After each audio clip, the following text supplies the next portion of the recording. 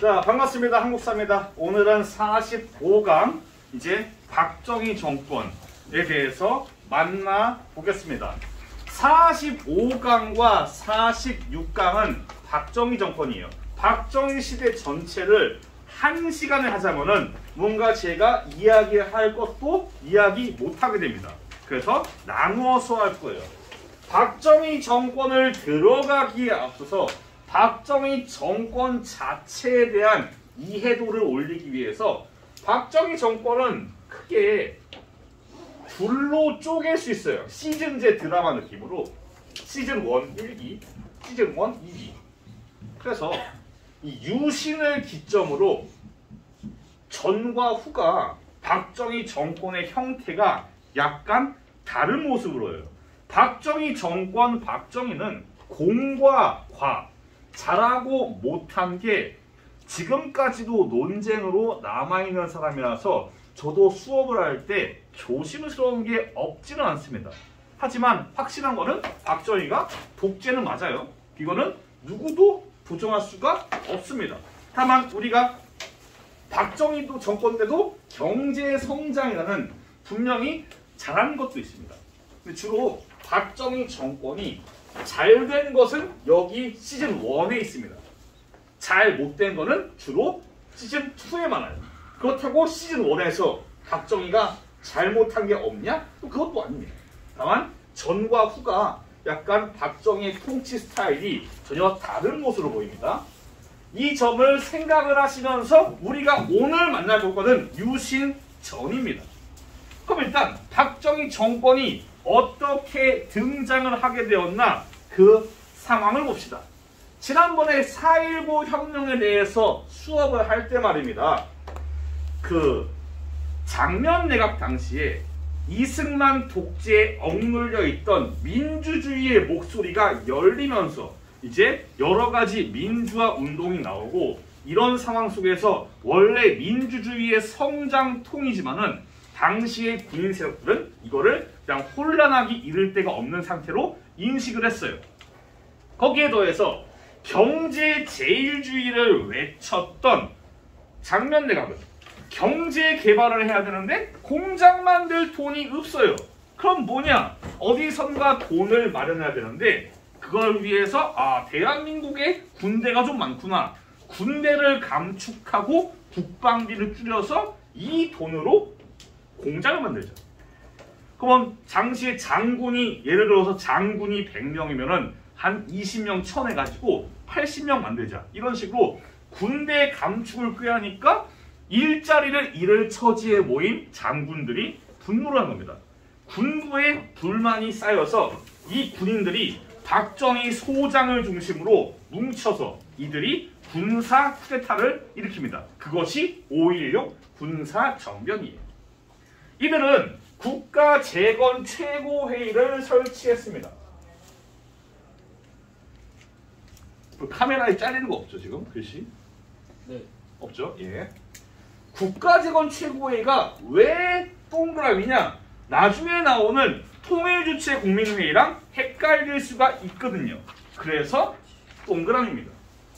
박정희는 당시에 군사 쿠데타를 일으켜가지고 입법, 사법, 행정의 3권을 장악하고 국가재건 최고회의를 통해서 군인에 의한 통치, 군정을 실시합니다. 이들은 혁명 공약을 발표를 해요. 248페이지 왼쪽에 있습니다.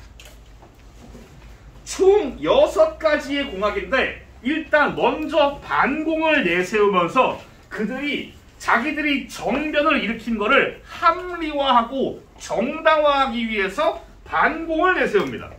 그리고 6번 과업이 성취되면 정권을 이양하고 본연의 임무에 복귀할 준비를 갖출 것.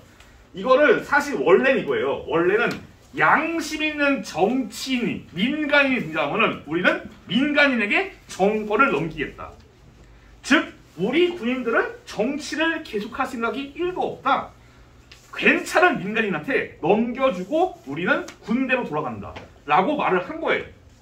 과연 이게 지켜질런지 모르겠지만 일단 말을 했습니다. 그리고 그들은 군정을 실시하는데 국가재건 최고회의에서 군정 당시에 어떤 정책들을 했는가를 보시면은 일단 당시에 나왔던 모든 정책을 학습하기에는 조금 양이 많아 보이죠? 지금도 PPT가 좀 쓰잘데없이 많잖아요, 사실은. 이 모든 거를 다 외우고 앉아있으면은 여러분의 점수는 오르지를 않습니다. 선택과 집중을 어느 정도 해주고 그 다음에 추가로 계속 플러스 알파를 해줘야 되는 거거든요. 예를 들면은 농가부채 탕감 요거를 달달 외우실 거예요. 농가부채 탕감 이럴 거예요? 아니거든요. 키포인트를 잡고 그 다음에 날개를 하나하나 추가하라는 겁니다. 일단 국가재건 최고회의에서는 당시 얘네들이 쿠데타를 일으켜서 정권을 탈취했으니까 얘들은 국민들의 지지를 얻기 위해서 노력을 해야 돼요. 그건 국민들이 원하는 거를 들어줘야 된단 말이죠. 당시에 국민들이 원했던 거, 일단 과거에 부정선거를 했던 사람들, 정치 깡패, 폭력배, 비리, 부정부패를 저지른 공무원들, 얘들을 다 처벌합니다. 거의 교수형 레벨이에요. 과거에 3.15 부정선거 했던 사람 바로 사형, 정치 깡패, 고대생 습격 바로 사형, 그냥 깔끔하게 사형 시키면서 국민들의 가려운 거를 긁어주는 느낌이에요. 그래서 국민들의 인기를 얻습니다. 그리고 농민들에게 인기를 얻기 위해서 농가가 가지고 있는 고리대, 빚 다 털어줍니다. 다 털어주고 누군가 중간에서 쌀 가지고 장난치는 매점 매석을 하지 않기 위해서 다 단속을 해요. 즉 이거 두 가지는 국민들의 인기를 얻기 위한 정책입니다.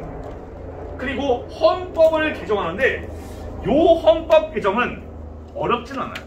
왜냐? 우리가 알고 있는 일반적인 지금의 형태랑 약간 유사한 느낌이에요. 지난번에 4.19 혁명 이후에 허정 과도정부 당시에 개정되었던 헌법이 원체 특이해요. 그래서 그거를 잘 외우면은 나머지는 딱히 크게 이 파트는 헌법과 관련해서 크게 암기를 할 필요가 없습니다. 다만 그러니까 즉 이 당시 제2공화국 때 개정된 헌법이 다시 돌아갔다. 잠깐 갔다가 다시 왔다. 이런 느낌으로 이해하시면 됩니다. 그냥 대통령 중심제, 내각 책임제가 아닌 대통령 중심제, 양원지가 아닌 단원제, 간선지가 아닌 직선제로 돌아왔다고 보시면 됩니다. 어려울 거 없어요. 그리고 이 박정희 이 국가재건 최고회의는 이 당시에 윤보선 등 민주당, 야당 정치 모든 정치인들의 활동을 금지해요. 니들 밖에 쏘다니고 사람 만나고 성명 발표하고 언론 만나고 이런 거 하지 말고 그냥 집 안에서 자가격리 잘하고 있어. 이런 느낌으로 때려 넣어요. 그리고서는 이들이 다 때려 넣고 지들만 정치활동을 준비를 해요. 일단 당시에 중앙정보부를 만들어요. 중앙정보부. 저거는 지금의 국정원, 국가정보원의 전신이에요.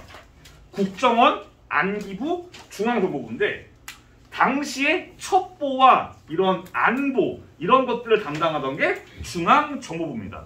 물론 첩보, 안보 이래놓고 하는 일은 고문이지만 물고문, 정기고문 그런 거지만 여튼간에 이 중앙정보부가 비밀리에 공화당 창당, 민주공화당이라는 정당을 만듭니다. 이승만은 자유당, 박정희는 공화당. 아시면 좋습니다. 이게 왜 정당을 만드냐? 정치활동을 할 때는 정당이 없으면 어려워요. 무소속, 정당. 애초에 동원할 수 있는 인력과 자금이 차이가 나요. 무소속이 정치의 뜻을 품고 대선이나 국회의원 출마해서 당선될 확률은 정말 낮습니다. 왜 그러냐? 후보자 등록할 때 돈 내야 돼요. 선거활동 돈 내야 돼요. 뭐 자원봉사자 돈 내야 됩니다. 다 돈입니다. 개인의 돈으로 모든 것을 하기에는 힘들어요. 그래서 정당을 조직해서 인력을 편성하고 정치 활동을 하는 겁니다. 그래서 이들은 민주공화당을 만들어서 그들이 정치 활동을 하겠다고 준비를 한 겁니다. 경쟁자들을 다 묶어놓은 상황에서. 근데 정당을 만들 때도 돈이 필요해요. 돈이 없잖아요. 그래서 돈을 만듭니다. 부정부패와 비리를 통해서 돈을 만들어요. 주가로 장난질을 치고 일본에서 빠찡코 기계를 밀수해서 이런 식으로 여러 가지 각종 부정부패와 비리를 통해서 정당 창당에 필요한 금액을 확보합니다. 지들은 때려놓고 지들이 부정부패랑 비리를 해요. 참 말도 안 되는 상황입니다. 그리고 활용점점 박정희가 군복을 벗고 제대해서 민간인이 돼가지고 지가 출마합니다. 아까 혁명공학 6번 민간인에게 정치를 넘기겠다. 지가 민간인이 됩니다. 지가 지한테 정권을 이양하겠다 이거예요. 나는 민간인이다. 군인 아니에요. 그래서 내가 나한테 받을게요. 박정희가 박정희에게 주는 겁니다. 그런 느낌이에요. 어이가 없는 상황입니다. 그래서 박정희가 이제 5대 대선에 민주공화당 대표로 출마합니다. 와, 5대 대선 1963 박정희 대 윤보선. 우리가 박정희에 대한 그동안 선입견 그런 게 있어요. 야, 박정희가 그래도 독재도 했고 이러니까 선거는 막 박정희가 9살 했겠지. 박정희가 모든 선거 다 이겼겠지. 사실은 맞아요. 이겼는데 문제는 이때는 박정희가 정말 힘들게 이겨요. 박정희가 46.6, 윤보선이 45.1. 지금까지도 선거 역사에서 가장 표차가 안 나는 게 이때입니다. 이때 윤보선은 박정희 아픈 곳을 파고들어요. 박정희 요거 빨갱이라고. 웃기죠? 박정희가 반공을 부르짖는데 빨갱이래요. 박정희는 사실 여수 순천 반란 사건 때 멤버였어요. 얘가 자유대한민국으로 전향을 한 겁니다. 원래 남조선 노동당의 멤버였어요. 얘네 형도 그래서 처형당했고요. 얘는 전향을 해서 살아남았어요. 그래서 박정희한테 저거 저놈 여수 순천 때 빨갱이였다. 저 빨갱이다. 반공 지랄한다. 이러면서 색깔 논쟁으로 박정희를 밀어붙여요. 박정희한테 색깔 논쟁. 지금 우리의 선입견으로는 이해가 안 돼요. 박정희한테 색깔 논쟁? 그 당시 이게 먹힙니다. 박정희가 쩔쩔해요. 이게 먹혀가지고 간신히 윤보선을 승리합니다. 간신히 당선이 됐어요. 그런 만큼 박정희의 기본적인 박정희 정권의 방침은 두 가지가 되는 거예요. 반공과 경제성장. 색깔론으로 한 번 맞았던 박정희는 계속 반공을 부르짖으면서 자기의 정권을 다지고 또한 경제 발전을 통해서 민심을 얻으면서 다시 자기의 정권을 다지는 겁니다. 이게 컨셉이에요. 박정희 정권에. 요거를 잘 이해하신다면은 박정희 정권을 이해할 때 괜찮은 결과가 나올 거예요. 자, 그러면 이제 박정희가 대통령에 당선이 됐고 대통령이 된 박정희는 어떠한 정책을 펼치냐? 요게 오늘의 메인 이벤트입니다. 박정희의 컨셉 경제 성장, 즉 박정희는 경제 발전을 위해서 노력을 할 겁니다. 근데 돈이 없어요. 돈이 없잖아. 공장을 만들 돈이 없어요. 그러니까 돈을 마련하기 위해서 장면 내각은 군대를 줄였어요. 근데 박정희가 군대를 줄 수 없잖아.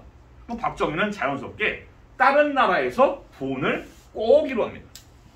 그래서 우리가 오늘 배울 두 가지의 정책은 박정희가 경제 자금을 마련하기 위한 정책들이에요. 중요합니다. 그래서 일단 당시에 일본과의 국교를 정상화해요. 일본과의 국교? 이 당시까지 해방 이후에 대한민국 정부 수립 이후에 우리랑 대한민국과 일본은 외교 관계가 형성이 안 되어 있습니다. 이승만 정부 시기에도 마찬가지예요. 우리가 이승만에 대해서 오해하는 거는 이거예요. 이승만이 친일파를 많이 끌어왔어요. 정치랑 뭐 공무원 중으로 경찰, 군대 등등. 친일파를 끌어왔다고 이승만이 친일파는 아니거든요. 이승만은 기본 베이스가 독립운동가예요. 이 양반은 기본적으로 일본은 싫어해요. 그래서 당시에 우리랑 일본이랑 축구할 때 당시에 우리 축구 대표한테 지고 올 거면은 그냥 뒤져라 이런 식으로 건너오지 마라 막 이런 느낌으로. 그래서 당시에 이승만 대통령은 일본과의 국교 정상화에 약간 좀 적극적이지 않아요. 여기에서 답답한 거는 미국입니다. 당시에 동아시아는 일종의 3대3 태그 매치예요. 동아시아 정세. 자, 여기 소비에트 연방이 있고 그 같은 팀으로 누가 있냐? 중국의 마오 돼지 그리고 김일성 돼지. 이 돼지 3인방. 이 라인업 상대편에는 미국 형님이 있어요. 미국 형님. 그리고 같은 팀은 누구냐? 일본과 우리 대한민국이에요. 여기 셋은 친해요. 삼각형 트라이앵글이에요. 여기는 일본과 미국은 친해. 우리랑 미국은 친해. 이 둘이 안 친합니다. 3대3이 사이즈가 안 나와. 미국이 보는 게 답답하거든. 지금 이게 이럴 때가 아닌데 셋이서 함께 힘을 합쳐가지고 엄마 돼지들이랑 싸워야 되는데 여기서 이럴 때가 아니다 라고 하면서 미국이 압력을 줘요. 야, 니네 그러지 말고 이제 그만 이제 일본과 국교를 맺는 게 어떠냐 라고 제의해요. 박정희도 이걸 가지고 야, 이 틈을 타가지고 여기서 일본에게 국교 정상화를 제의해서 이걸 바탕으로 경제 자금을 얻어올 수 있겠다라는 생각을 합니다. 그래서 즉 우리가 일본과 국교를 맺게 된 그 배경은 미국의 요청과 우리의 경제 자금 필요 이 두 가지가 함께하는 겁니다. 그래서 일본과 한일 회담을 진행합니다. 248페이지 왼쪽 아래에 있는데요. 당시에 김종필과 일본의 오이라가 만나서 각서를 교환합니다. 회담 결과 무상으로 3억 달러, 유상으로 2억 달러, 민간으로 1억 이상, 총 6억 달러 이상의 차관을 일본에서 독립 축하의 의미로 주기로 해요. 독립 축하. 사제와 대상이 아닌, 배상금이 아닌 독립 축하. 요게 알려지면서 우리 지식인들과 대학생들이 분노합니다. 무슨 놈의 독립 축하냐? 우리가 과거에 일본 놈들이 우리한테 한 게 있는데 사죄를 받고 배상금을 받아도 시원찮을 판에 독립 축하? 이게 무슨 굴욕적인 외교냐? 이러면서 당시에 지식인들이, 대학생들이 6.3 시위를 전개합니다. 여기에 참여했던 사람들이 지금 우리 정계에 거물들이 많아요.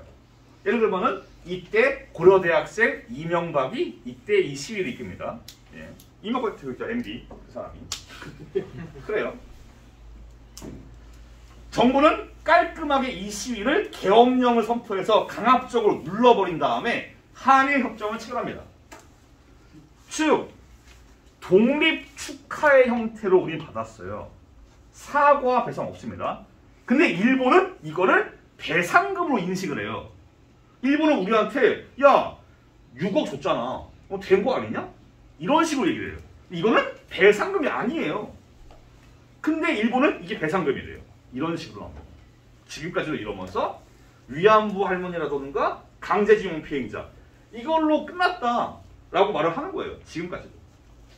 이 협정을 체결할 때 그런 부분을 정리를 해야 되는데 당시에 박정희 정부가 그런 거를 정리를 하지 않고 뭉뚱그렇게 넘어가는 경향이 있습니다. 여튼 그래서 6.3 시위가 이 한일 국교 정상화와 관련된 중요한 키워드니까 잘 알아두시면 좋을 것 같아요. 다음은 베트남 파병입니다. 우리가 다행인 거는 세계사 부분이 없습니다. 지난번 시험은 안 나왔죠, 세계사가. 예. 내고 싶었는데 못 냈죠. 예. 여튼간에 그래서 베트남 전쟁도 깊게 설명 안 할게요. 간단하게 일단 베트남이 전쟁이 끝나고 45년에 일본이 항복하고 베트남은 프랑스의 식민지예요. 베트남이 그래서 프랑스로부터 독립을 얻기 위해서 싸워서 프랑스를 이기고 독립을 쟁취합니다. 근데 독립 쟁취는 좋은데 이 베트남이 나뉘어서 남과 북으로 나뉘어요. 북쪽은 빨간색, 남쪽은 그냥. 공산주의 진영의 북베트남, 자본주의 진영의 남베트남 나뉩니다. 그 둘이 대립을 이어가요. 이런 상황에서 미국이 동남아시아 지역의 공산주의 진출을 막기 위해서 여기에 그냥 일방적으로 개입을 합니다. 여기 편에 서가지고 미국이 여기랑 싸워요. 이게 베트남 전쟁이에요. 상당히 간략합니다. 근데 이 이상 알 필요는 없어요. 우리는 리얼 한국사니까 지금. 이게 한국사랑 뭐가 연관이 있냐? 미국은 여기 칠 때, 야, 엄마, 우리가 미국이가, 미국이 히틀러 제끼고, 일제 제끼고, 우리가 김일성 거의 딸 뻔하고, 야, 우리가 거의 최고인데, 베트남 하나 못할까? 상당히 얕봤어요, 베트남을. 근데 갔는데, 베트남은 역사적으로 제국의 무덤이에요. 한나라 패배하고, 명나라 패배하고, 청나라 패배하고, 몽골 패배하고, 천하의 몽골이 패배를 합니다. 그리고 프랑스 패배하고, 미국도 왔다가 고생을 해요. 베트남은 왜 그러냐? 더워요. 더워서 전염병이 많아. 모기도 많고, 벌레도 많고, 병도 많아. 거기에 더해서 나무가 많아요. 미군이 지상군이 화끈해요. 근데 나무가 많으니까 숲에서 탱크가 움직이겠어요? 아니거든. 애매합니다. 비행기로 봐도 안 보여, 시야가. 비행기가 봐가지고 없네? 했는데 있어요. 숨어 있어. 미군 지나가는 거 나무 위에서 쏘고, 마치 진짜 배그 나무 위에서 쏘고, 숨어있다 쏘고, 캠핑하다 쏘고, 이런 식으로 야금야금 미군을 갉아먹어요. 미군이 빡칩니다. 아, 이거 전쟁 안 되네 이러면서 결국 미군은 자기의 병사를 하나하나 끌어모아요. 그러니까 주한미군, 한반도에 주둔한 주한미군도 베트남으로 돌리려고 해요. 여기에서 박정희가 깜짝 놀랍니다. 미국 형님 그러시면 안 되죠. 미국 형님 그러지 마시고, 형님들 주한미군 돌리지 마시고 그냥 저희가 갈게요 라고 미국에 제의를 해요. 미국한테 주한미군 돌리지 마시고 그냥 주한미군 대신 한국군이 싸울게요. 미국은 여기를 오케이 합니다. 미국 입장에서 지가 패는 것보다 같이 패는 게 명분이 서요. 호주, 대한민국, 미국 함께 패면은 우리가 미국의 욕심이 아닌 자본주의의 자유진영의 승리를 위한 거다라고 포장이 가능해. 미국도 그래서 오케이 합니다. 오케이 콜. 그래서 브라운 각서를 체결합니다. 249페이지 위쪽에 있어요. 브라운 각서에서 미국은 우리 대한민국에게 뭘 약속하냐? 낡은 한국군의 현대화를 미군이 도와주고, 파병 장비 다 대주고, 그리고 베트남에서 사업이 있다, 한국 기업 껴주고, 그리고 우리 정부를 위해서 경제 발전을 위해서 차관을 준다. 즉 우리의 군대의 현대화와 경제 원조를 해주는 겁니다. 이게 브라운 각서고요. 앞서서 6.3 시위가 한일 국교 정상화의 중요한 키워드였으면은 요거는 베트남 파병의 중요한 키워드예요. 그래서 우리가 10년여간, 약 10년여 동안 베트남에 가서 싸웁니다. 장점과 단점, 얻는 것과 잃은 것이 있어요.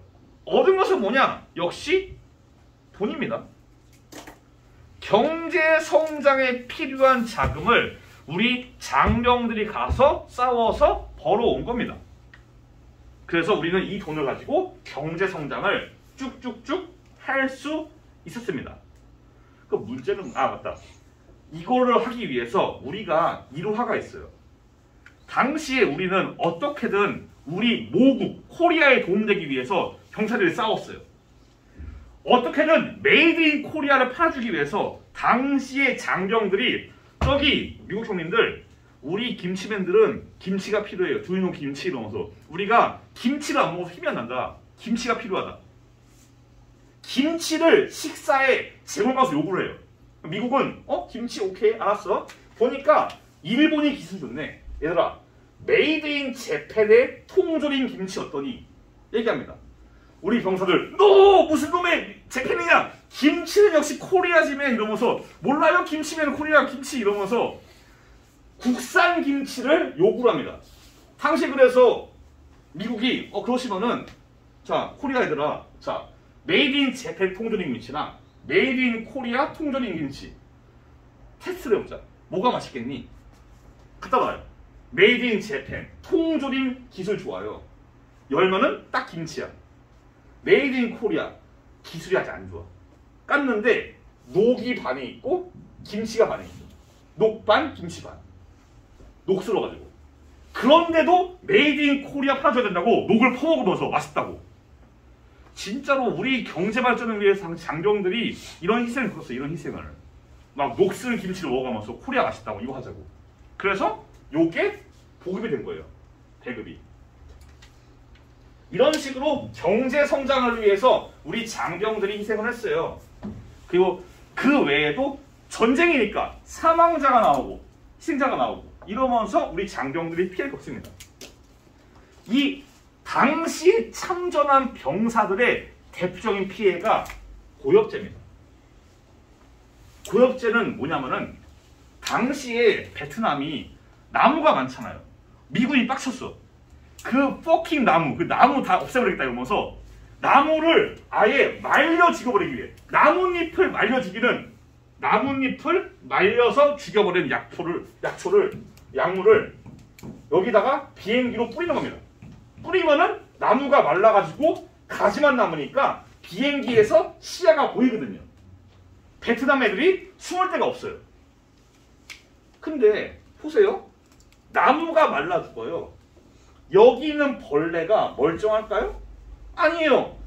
뿌렸는데 파리, 모기, 거미 싹 다 없어요. 당시에 모기 때문에 고생하던 국군 병사들은 야 뭐가 지나가니까 모기가 없네? 야 저게 만병통치약이구나 이러면서 고엽제로 샤워를 합니다. 고엽제가 해로운 줄 몰랐어요. 이런 비슷한 사례가 통합사회 시간에 배운 DDT입니다. 이게 해로운지 몰랐던 당시 사람들은 이걸로 향수를 만들었어요. DDT 향수. 먹기도 하고. 개판인 거지. 이걸 몰랐던 거예요. 그때는 과학기술을 발달하지 않았으니까 모르는 거예요, 이거를. 마찬가지입니다. 고엽제가 뭔지 모르지만 지나가니까 모기가 없어. 야, 벌레 기피제구나. 뿌리는 거예요. 그러니까 당연히 아프죠. 나무가 말라지고 벌레가 죽어. 사람도 멀쩡하지 않아요. 당연하죠? 갔다 왔는데 시름시름 아파. 근데 왜 아픈지 몰라요. 언제 알게 됐냐? 90년대에 미국에서 베트남 참전용사의 모임이 있는데 호주의 참전용사, 미국, 대한민국 다 모여요. 근데 다 아파. 미국은 이미 왜 아픈지 알아요. 거기는 보상을 다 했어. 우리는 그제서 알았어요. 아 이게 그 지나갔던 고엽제구나.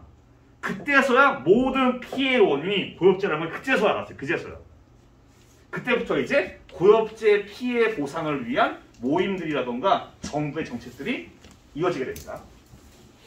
그리고 또한 참 아픈 역사입니다. 우리가 저지른 실수에 대해서는 우리가 알아야 돼요. 우리가 일본 제국이나 북한과 같은 레벨이면 안 돼요. 당시의 베트남에서 우리 국군이 민간인에게 피해를 줬습니다. 이거를 우리가 배상한 건 아니에요. 정부의 뭐. 그러니까 우리가 사죄와 배상을 일반 사람들이 할 게 아니지만은 우리 학생들과 저나 다른 일반 민간인들 사람들이 우리가 베트남에 대해서 이런 짓을 했다. 정부는 알아두는 게 좋을 것 같아요. 우리가 베트남에서 저지른 피해가 있다라는 거를. 예. 우리가 일본 제국이나 북한과 그런 애들과 동급이 돼서 안 됩니다. 우리는 저지른 거 알고 깨닫고 다시는 이런 일이 없게 생각하는 거. 그게 중요한 겁니다.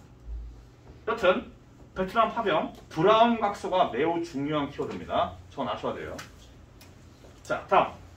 이렇게 박정희는 한일 국교 정상화와 베트남 파병으로 돈을 벌어들이면서 이걸로 경제 성장을 합니다. 그래서 박정희 시즌 1 때는 박정희가 인기가 좋았어요. 경제 성장을 하니까 국민들이 박정희를 싫어할 이유가 없어요. 그리하여 6대 대선 1967 다시 상대합니다. 박정희랑 윤보선. 이때는 박정희가 윤보선을 압살합니다. 간단히 승리해요. 왜냐? 경제 발전했으니까 인기가 있어요. 그렇단 말이죠.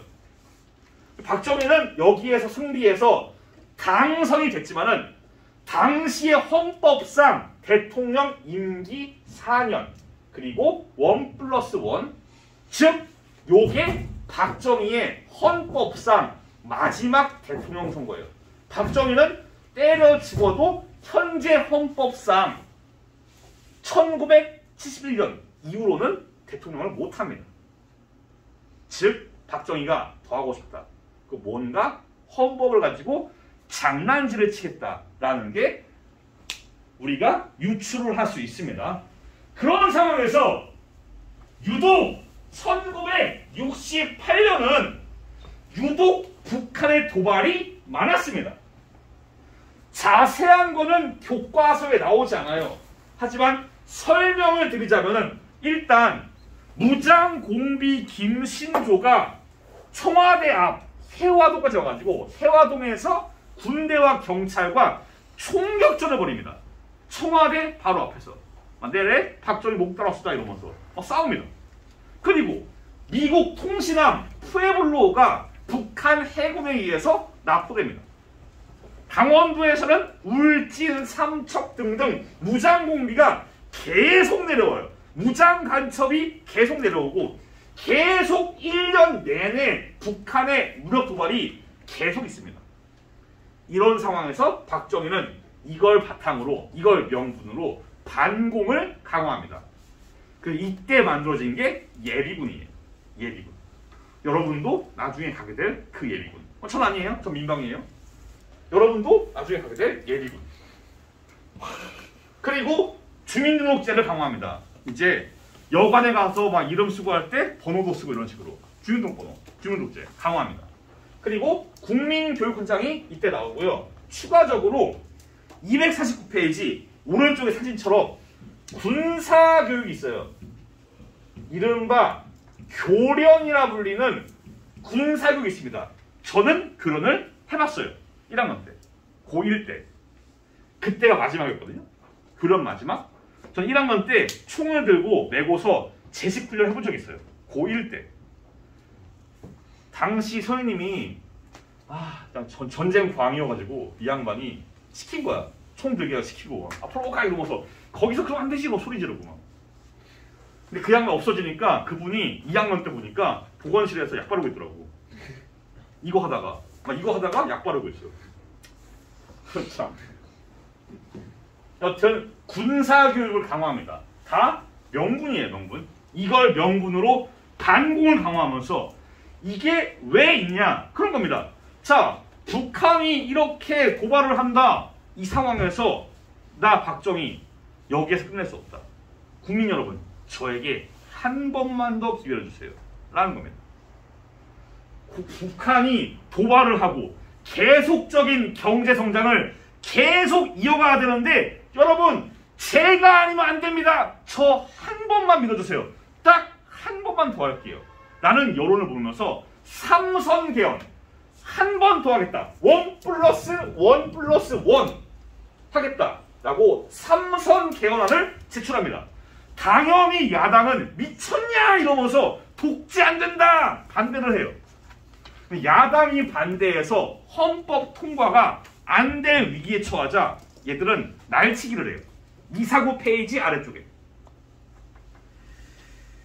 자, 당시에 여당이었던 공화당은 새벽 3시에 몰래 별관에서 몰래 새벽 3시에 모여서 자 여러분 개헌안 표결할게요. 2분 만에 빠르게 표결해서 자 개헌안 통과입니다. 땅땅땅을 해요. 문제는 새벽이라서 망치 의사봉은 안 챙겨왔어요. 그래서 주전자 뚜껑으로 땅땅땅 이런 식으로 미친 짓이지. 그렇게 날치기로 헌법 질서를 완전히 뭉개버리면서 삼선 개헌을 시행합니다. 그래서 박정희는 한 번 더 할 수 있게 되었습니다. 이 박정희의 3번째 선거는 다음 시간에 배우겠습니다. 오늘 수업은 여기에서 마무리 짓고 다음 시간에 이제 박정희의 3번째 선거와 유신체제 그리고 박정희 유신 정권의 몰락까지 만나보겠습니다. 고생 많았습니다. 다음 시간에 뵐게요. 감사합니다.